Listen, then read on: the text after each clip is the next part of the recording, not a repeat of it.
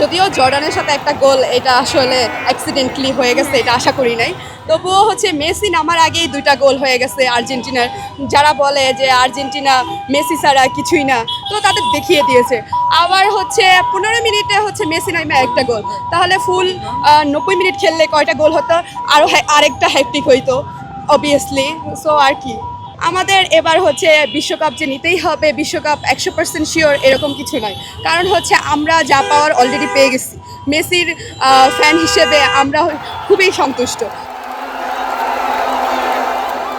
Argentina এবার ফাইনালে যেতে পারে, এটা ড্যাম শিওর, 99% শিওর দিয়ে বলতেছি।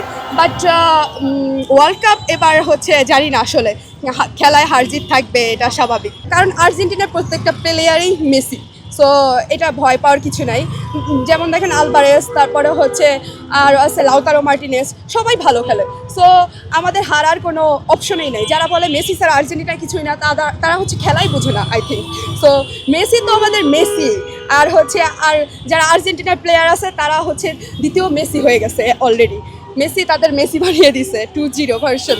জানি না, আসলে এটা শুরু থেকেই হয়ে আসছে। বাংলাদেশে হচ্ছে বেশি প্রতিপক্ষ, তারা যেই দলেই খেলুক হচ্ছে ব্রাজিল হচ্ছে আর্জেন্টিনাকে প্রতিপক্ষ মনে করে।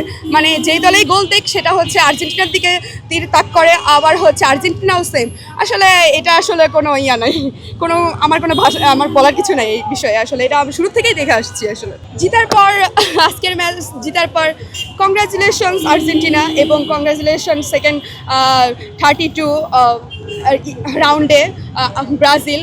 জাপানের সাথে মেবি কালকে খেলা আছে, সো দেখা যাক কি হয়। তো শুভকামনা রইল ব্রাজিলের জন্য। জাপানের সাথে মেবি জিতবে, দেন দেখা যায় কি হয়। আর্জেন্টিনা ভার্সেস ব্রাজিল কোনো খেলা হয় কিনা, আসলে এটাই দেখার অপেক্ষা। আসলে খেলায় তো হার জিত থাকবেই, কে কী করে খেলায় তো দেখবেন।